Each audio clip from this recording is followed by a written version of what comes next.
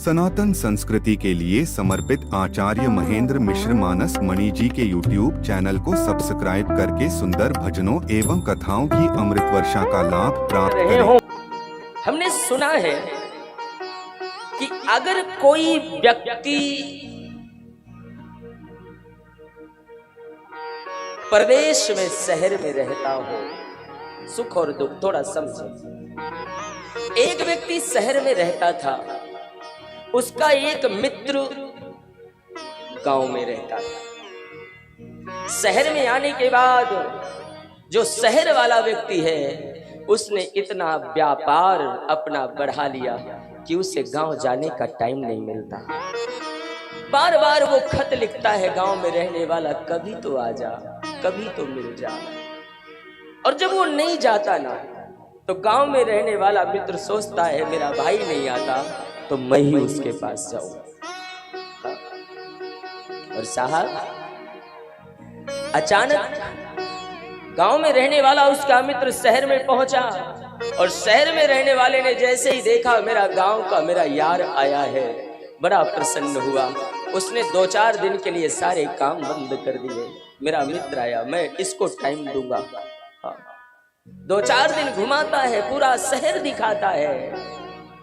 और उसके बाद जब गांव का मित्र जाने लगता है तो वो कहता है आज और रुक जा, कल चला जाना, आज मैं तुझे राज मंदिर लेके जाऊंगा। यही नाम है ना? हाँ? और मेरा प्लान है आज जाने का। साहब, अपना जीवन तो खुली किताब है साहब, कुछ नहीं। किसी ने मुझसे पूछा महाराज जी आपकी पर्सनल लाइफ क्या है? साहब, जो मेरी सोशल लाइफ है वही मेरी पर्सनल लाइफ है, कुछ नहीं।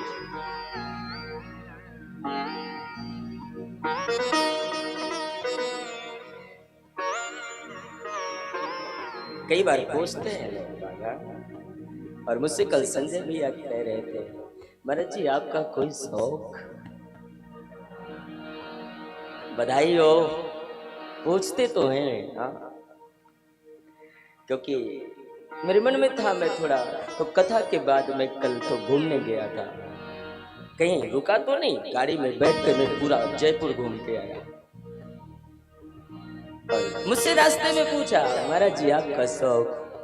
मैंने कहा शौक सफेद कलर की एक चादर, बदन ढकने के लिए सफेद एक कमीज, इसके अलावा जीवन का कोई शौक।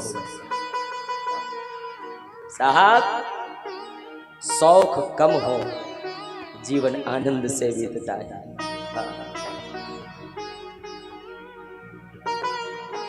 जरूरतों के मुताबिक जियो, ख्वाहिशों के मुताबिक नहीं, क्योंकि जरूरत तो फकीरों की भी पूरी होती है और ख्वाहिशें बादशाहों की अधूरी होती। जैसे आराम बोलना। तो मैं विचार कर रहा हूं सुख और दुख पर। वो व्यक्ति कहता है कि आज और रुक जा, और मैं तुझे आज थिएटर लेकर के जाऊंगा। अब थिएटर में गया ना तो सबसे कम पैसे वाली टिकट खरीदा। ऐसा हमने सुना है कि जो कम पैसे की टिकट लेता है तो थिएटर में उसे आगे बिठाया जाता है। पता नहीं ना, सुना है। अब ये दोनों गए, कम पैसे की टिकट आगे बैठे। अब 3 घंटे आगे बैठ करके जो देखेगा तो 3 घंटे में उसकी हालत क्या होगी वो तो वही जाने। हाँ, जैसी आराम बोलना पड़ेगा। तो 3 घंटे आंखें फाड़ फाड़ करके उसने पर्दे को देखा। अब तो बीच में लग रहा है ये कब बंद हो जाए, हम बाहर निकले। 3 घंटे के बाद जैसे तैसे बंद हुई, और जैसे ये बाहर निकलने लगे ना तो थिएटर का मालिक आया, हाथ में माइक लिया, बोले जो जहां बैठे हैं वहीं बैठे रहना, अब यहाँ पर रामलीला चालू होगी। और पात्र भी हमने बड़ी दूर दूर से बुलाए हैं, नाश्ता चाय भी फ्री मिलेगा सबको। साहब जगह वही है पर स्थिति बदल गई है। पिक्चर देखने जाओगे, थिएटर में जाओगे तो कम पैसे वाले को आगे बिठाया जाएगा, पर नाटक और रामलीला देखने जाओगे तो वीआईपी को आगे बिठाया जाएगा। एक बार और बोलना पड़ेगा। तो सुख और दुख ऐसे ही समझो साहब, कब पर्दा बदल जाए हमारे जीवन में थोड़ा दुख आ जाए, कब पर्दा बदले सुख आ जाए। लेकिन ध्यान ये रखना कि सुख दुख दोनों ही चलाएवान हैं, एक जगह नहीं टिकते। स्वीकार करना। मैं तो कई बार कहता हूं मेरे भाई बहन, संसार में आए हो मेरी बहनों, मेरे नौजवानों भाई बहन, मैं प्रार्थना करता हूं दुनिया में अगर आए हो, हाँ, तो थोड़ा एडजस्ट होना सीखो, थोड़ा एडजस्ट। जय सिया राम बोलना पड़ेगा। क्या सीखना है? एडजस्ट होना सीखना है।